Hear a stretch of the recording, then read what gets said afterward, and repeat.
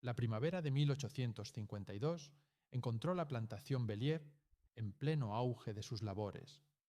El sol se elevaba sobre Luisiana con una luz dorada y pesada, bañando los campos de caña de azúcar húmeda, creando un brillo casi irreal. La caña susurraba con el viento, como si compartiera secretos que sólo podían escuchar quienes conocían la plantación desde dentro. Henry Beauchamp, dueño de la plantación, era un hombre conocido por su meticulosidad. Supervisaba cada aspecto de la operación, desde el molino hasta las casas de los sirvientes. Su esposa, Celeste, pasaba los días en la casa principal, encargándose de la gestión doméstica y manteniendo la apariencia de bienestar. Para un visitante, todo parecía perfecto. Surcos alineados con precisión, pasillos impecables, sirvientes con uniformes impecables. Pero bajo esa superficie existía una red tensa de dependencias, intrigas y conflictos silenciosos que nadie se atrevía a discutir abiertamente. Moisés, un esclavo inteligente y calculador, era el cerebro silencioso que controlaba la vida de la plantación desde las sombras. Su presencia pasaba desapercibida para muchos, pero cualquier sirviente experimentado o uno de los supervisores sentía la fuerza de su influencia. Conocía cada rincón de Bellier, cada rutina de los trabajadores y entendía las dinámicas de poder mejor que cualquier hombre libre allí. La relación entre Henry y Moisés era compleja y ambigua. Para el mundo exterior, Moisés era simplemente un esclavo obediente, eficiente y confiable. Pero Henry confiaba en él de manera especial. A menudo discutían estrategias comerciales, planificación de cultivos y decisiones sobre ventas a Nueva Orleans. Celeste, aunque formalmente subordinada a su esposo, intuía la excepcional capacidad de Moisés y lo respetaba, aunque no lo comprendiera del todo. La tensión en la plantación era invisible, pero tangible. Cada sirviente sabía que había reglas no escritas, palabras que no se podían pronunciar, miradas que no se podían sostener demasiado tiempo y decisiones que debían acatar sin cuestionar. Sin embargo, Moisés parecía jugar en otro nivel. Sus movimientos eran precisos, sus silencios medidos y su ambición contenida bajo una calma inquietante. El 18 de junio de 1852, todo cambió. Celeste encontró a Henry muerto en su estudio, recostado en su silla, un rifle de caza en el regazo y una mancha de sangre detrás de su cabeza. La escena parecía un suicidio claro, pero los detalles perturbadores no pasaron desapercibidos. El rifle colocado de manera incómoda, las manos sin residuos de pólvora, y la expresión de Henry, mezcla de sorpresa y reconocimiento, como si hubiera comprendido algo crucial en sus últimos momentos. En las horas y días que siguieron, Moisés actuó con la calma de alguien que ya sabía qué hacer. Organizó los asuntos de la casa, preparó el funeral y, sin que nadie se diera cuenta, comenzó a consolidar una autoridad que legalmente aún no tenía. La plantación no colapsó, simplemente cambió de manos de manera silenciosa y casi invisible. En los días posteriores al funeral de Henry, Bellier se sumió en un extraño estado de suspensión. Los trabajadores continuaban con las labores diarias. El molino seguía funcionando. La caña era cortada y transportada, pero todos sentían que algo había cambiado. Moisés caminaba entre ellos con la misma apariencia de siempre, la postura firme, la mirada atenta, pero ahora sus decisiones parecían finales, indiscutibles. Celeste se recluía cada vez más en la casa principal. Su dolor era profundo, pero también había una calma extraña en su comportamiento. Ya no decidía, sino que permitía que Moisés lo hiciera por ella y por la plantación. Las órdenes que él transmitía, aunque formalmente viniendo de ella, eran acatadas sin cuestionamiento. Nadie en Bélier podía definir claramente hasta dónde llegaba la autoridad de Moisés y dónde comenzaba la de Celeste. Los hermanos Greenleaf, Tobías y Samuel, supervisores blancos de la plantación, comenzaron a notar el cambio. Tobías fue el primero en sospechar que Moisés manipulaba a Celeste. Intentó confrontarlo, recordándole su lugar, como era costumbre en la jerarquía racial del sur. La respuesta de Moisés fue medida, precisa y devastadora. Mi lugar es donde la señora Beauchamp decida que esté. Si cuestiona mi autoridad, cuestiona la de ella. Y si cuestiona la de ella, debería hablar directamente con el señor Armen en Baton Rouge. Hasta entonces, yo continuaré cumpliendo con las tareas que me ha asignado. Tobías quedó paralizado. Cada paso que intentaba dar para desafiarlo estaba cuidadosamente bloqueado por la estructura legal y social que Moisés había construido silenciosamente. Moisés no rompía ninguna regla explícita, pero había subvertido todas las expectativas. Poco después de esa confrontación, Tobías cayó enfermo de manera súbita y murió en 48 horas. La enfermedad fue catalogada oficialmente como cólera, común en la región, pero la rapidez de su muerte y el momento coincidieron demasiado con su desafío a Moisés. Samuel, su hermano, asumió el papel de supervisor, pero carecía de la fuerza de Tobías. Pronto, aceptó un arreglo que reducía su poder, mientras Moisés controlaba los contratos, el dinero y las decisiones clave de la plantación. Durante estos meses, Moisés eliminaba obstáculos discretamente.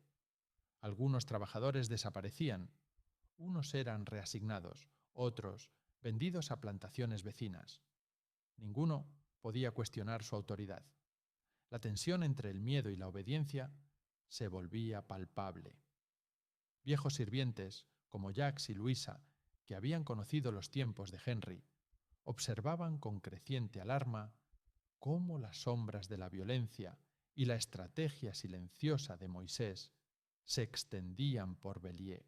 Celeste, por su parte, comenzó a colaborar con Moisés de manera abierta.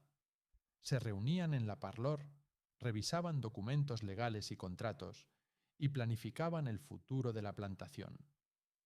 Ninguna acción parecía ilegal o fuera de lugar, pero el poder real se concentraba en Moisés.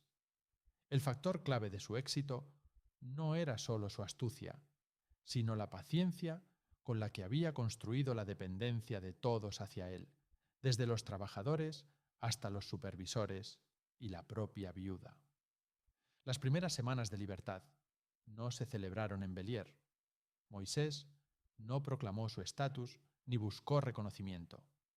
Cada acción que tomaba estaba calculada para mantener la apariencia de normalidad mientras consolidaba un control absoluto.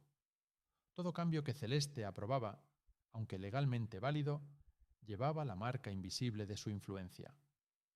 Nadie podía desafiarlo sin desafiar también a la viuda, y nadie se atrevía a cuestionar a Celeste.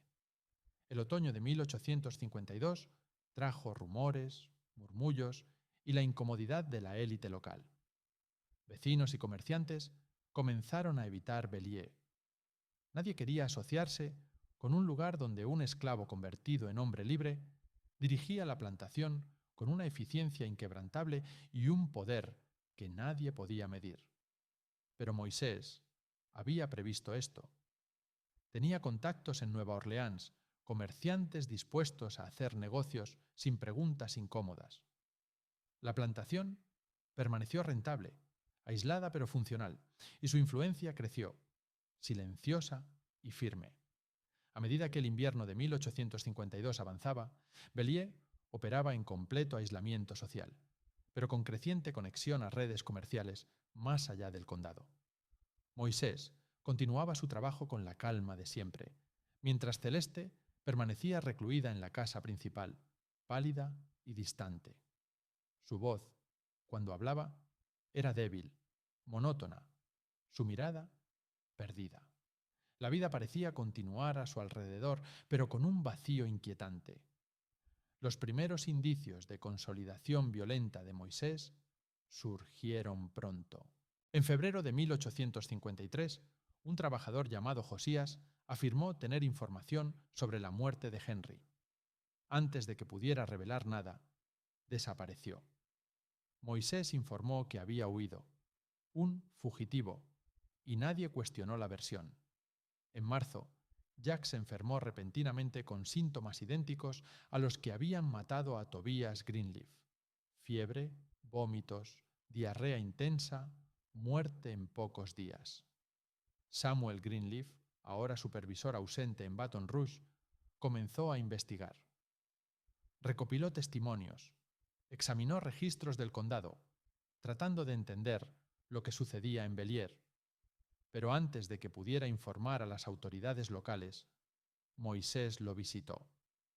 Durante 2 horas hablaron sobre salud y mortalidad, pero al final Moisés pronunció palabras que el doctor nunca olvidaría. El mundo funciona según leyes naturales. A veces las personas mueren por razones perfectamente normales, aunque parezcan sospechosas a quienes no comprenden la complejidad de la vida humana. Sería lamentable que malentendidos llevaran a un médico respetado a acusaciones que no podría probar. El mensaje estaba claro, aunque no explícito. Cualquier intento de desafiar a Moisés era peligroso. El doctor canceló sus planes y nunca volvió a hablar del tema públicamente. Para el verano de 1853, Moisés había logrado lo imposible. En menos de 13 meses, pasó de ser esclavo a hombre libre y propietario legal de Bellier, habiendo eliminado, desviado o silenciado a todos los que podían amenazar su posición. El precio de esta transformación humana era desconocido, pero el miedo se respiraba en cada rincón de la plantación. Los ataques a Bellier no cesaron. En abril, un granero se incendió de manera simultánea en 3 lugares distintos. Claramente, un acto de sabotaje. En mayo, alguien disparó contra Moisés mientras cabalgaba por la plantación. En junio, Margot, la doncella de Celeste, intentó revelar cartas íntimas que demostraban la relación conspirativa entre Moisés y Celeste. Antes de que pudiera hacerlo, fue detenida y murió bajo custodia, oficialmente como consecuencia de un accidente, mientras las cartas desaparecían. En agosto, un abogado que representaba a parientes de Henry fue atacado, sus documentos robados y él quedó incapacitado. El caso legal se desmoronó y Moisés permaneció intacto. Para noviembre, un comité de planters planeó asesinarlo. En 48 horas, Moisés estaba informado y reforzó la seguridad de Bellier, contratando guardias externos y alterando rutinas. En diciembre, uno de los conspiradores fue asesinado por un disparo que la investigación calificó como accidente, enviando un mensaje claro: Moisés siempre sabía.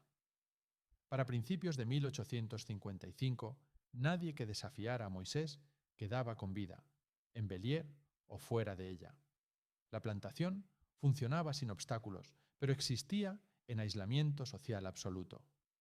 La victoria de Moisés era total, pero el precio psicológico y humano era inmenso. Celeste se desmoronaba lentamente. Los sirvientes vivían bajo un miedo constante, y Moisés se convirtió en un maestro solitario de su dominio. En 1859, Moisés tomó una decisión que sorprendió incluso a quienes lo habían temido por años. Liberó a los esclavos restantes de Bellier. La economía de la plantación colapsó, pero él no buscaba ganancias, sino justicia, según su propia visión. Celeste, ya al borde de la muerte, falleció en octubre de ese año, en estado de total decadencia física y mental. Moisés no asistió al funeral, enviando solo un arreglo floral. Después de la muerte de Celeste, Moisés comenzó a vender todas las propiedades y activos restantes. Para diciembre de 1859, Bellier casi no existía, y Moisés desapareció sin dejar rastro, llevando consigo su fortuna acumulada.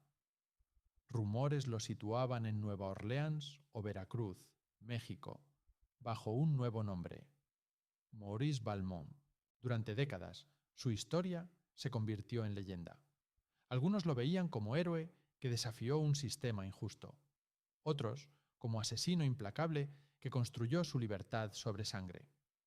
Documentos descubiertos mucho después, incluyendo cartas firmadas MB entre 1860 y 1897, sugerían que Moisés sobrevivió al menos 37 años, reflexionando sobre la moralidad de sus actos, consciente de que su libertad había costado muchas vidas.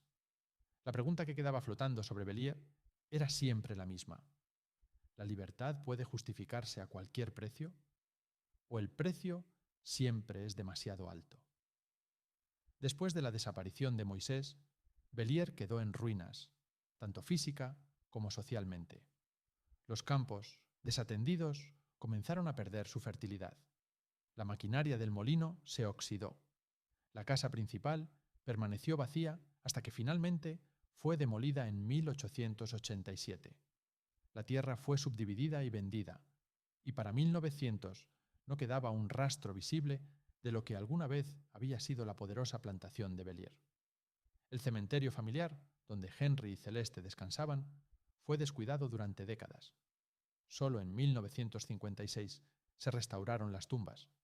En la lápida de Henry se leyó: Henry Beauchamp, 1807-1852, amado esposo y maestro de Bellier. Celeste, Celeste Beauchamp, 1826-1859, que descanse en paz. No hubo lápida para Moisés. Nadie sabía dónde había muerto ni cuándo. Algunos creían que había vivido muchos años bajo un nombre distinto. Otros, que murió poco después de abandonar Luisiana, siempre vigilante, esperando ser reconocido. La historia de Moisés Beauchamp se convirtió en una leyenda oscura en Ascension, París. Dependiendo de quién contara la historia, él era un héroe que derrotó al sistema de esclavitud con inteligencia y estrategia, o un monstruo que asesinó y manipuló a todos a su alrededor para obtener poder absoluto. Los documentos históricos descubiertos décadas después, incluyendo el diario del doctor Fentres y la carta sellada de Luisa, confirmaban que Moisés había sido responsable de múltiples muertes y que Celeste había sido cómplice en su transformación. Pero también mostraban un aspecto más profundo. Moisés había sido creado por el sistema de esclavitud, un hombre obligado a usar cualquier medio necesario para alcanzar la libertad, un producto de la injusticia misma que buscaba destruir. Las cartas firmadas MB entre 1860 y 1897 sugerían que Moisés había sobrevivido al menos 37 años viviendo con éxito bajo otro nombre y reflexionando sobre el precio de su libertad. En una carta de 1889 escribió: «He vivido durante muchos años bajo un nombre distinto, libre de la carga de lo que fui y de lo que hice. He tenido éxito, respeto, y no he dañado a nadie desde que dejé Luisiana. Pero sigo atormentado por si mi transformación valió el precio que otros pagaron. He intercambiado sus vidas por mi libertad, y no puedo determinar si fue justicia o crimen, revolución o asesinato. Si soy culpable, entonces la esclavitud misma es culpable de haberme creado». El legado de Moisés se convirtió en una lección para la posteridad. Sistemas que niegan la agencia humana y concentran el poder pueden crear figuras extraordinarias, capaces de actos de liberación y de destrucción, y que dejan una marca que trasciende generaciones. La pregunta que permanece es incómoda y persistente. ¿Fue Moisés un justiciero que rompió cadenas o un monstruo forjado por la injusticia? ¿Se puede justificar la libertad a cualquier costo? ¿O el precio siempre es demasiado alto? Mientras Bellier desaparecía en la memoria, La historia de Moisés Beauchamp, Maurice Valmont, o como quiera que se haya llamado en sus últimos años, sirvió como recordatorio de que la opresión puede crear héroes y villanos, a veces en la misma persona, y que la lucha por la libertad puede transformar tanto a los liberados como a quienes buscan liberarse. El pasado de Bellier sigue resonando. Los sistemas que niegan derechos, que concentran poder y que obligan a elegir entre sumisión y supervivencia, no han desaparecido del todo. Y en cualquier lugar donde esas fuerzas persisten, habrá figuras como Moisés, brillantes, implacables y dispuestas a pagar cualquier precio para reclamar su destino.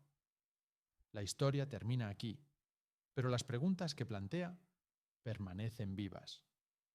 Tras la muerte de Celeste, Moses se encontró solo en Bellier.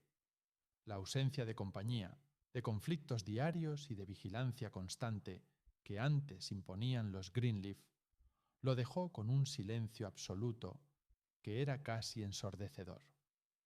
La gran casa, antes llena de actividad, ahora parecía una cárcel de piedra y madera, un espacio donde los ecos de su propia ambición resonaban más fuerte que cualquier otra cosa.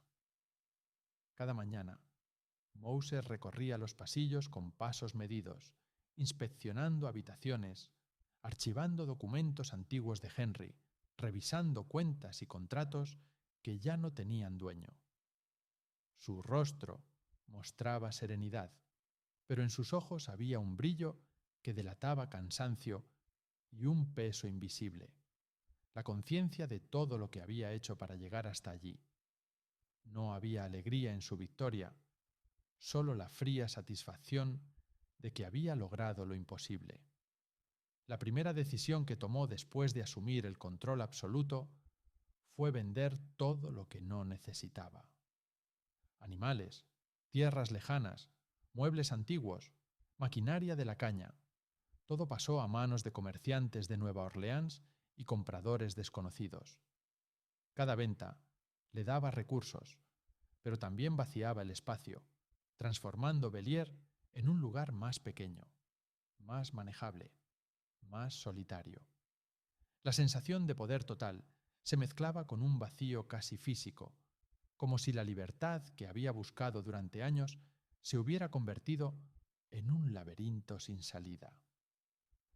En una fría mañana de diciembre de 1859, llamó a Dr. Fentres. El médico llegó y encontró a Moses en el estudio de Henry, rodeado de documentos y cartas, con los ojos fijos en un mapa antiguo de la propiedad. Le sirvió brandy, y después de un silencio cargado de tensión, Moses comenzó a hablar sobre todo lo que había ocurrido, la naturaleza del poder, el precio de la libertad y la estrategia que había seguido para eliminar cualquier obstáculo. Doctor Fentres, dijo, con voz medida, la libertad es un concepto precioso, pero entenderla requiere comprender el precio que exige. ¿Alguna vez ha considerado que para alcanzar algo verdaderamente imposible hay que sacrificarlo todo, incluso a otros? El médico asintió lentamente, sin palabras. No había juicio explícito en los ojos de Moses, pero la verdad era clara. Él había calculado cada movimiento durante años, cada muerte, cada desaparición, cada manipulación de documentos y situaciones había sido deliberada. No había arrepentimiento moral en sus palabras, solo un reconocimiento frío de la eficacia de sus métodos. Luego de aquella reunión, Moses se retiró de Bellier. Nadie volvió a verlo. Los rumores sobre su paradero surgieron inmediatamente. Algunos decían que se había instalado en Veracruz, México, bajo el nombre de Maurice Valmont. Otros aseguraban que había muerto en algún puerto lejano mientras planeaba una nueva vida. Nadie podía confirmarlo. Bellier, sin embargo, quedó atrás como un monumento silencioso a su ambición y a su implacable determinación. Las tierras se subdividieron, La gran casa fue demolida en 1887 y la memoria de Moses se convirtió en leyenda. Un esclavo que superó al sistema, un estratega que pagó un precio impensable y un hombre cuya libertad había costado demasiado a quienes lo rodeaban.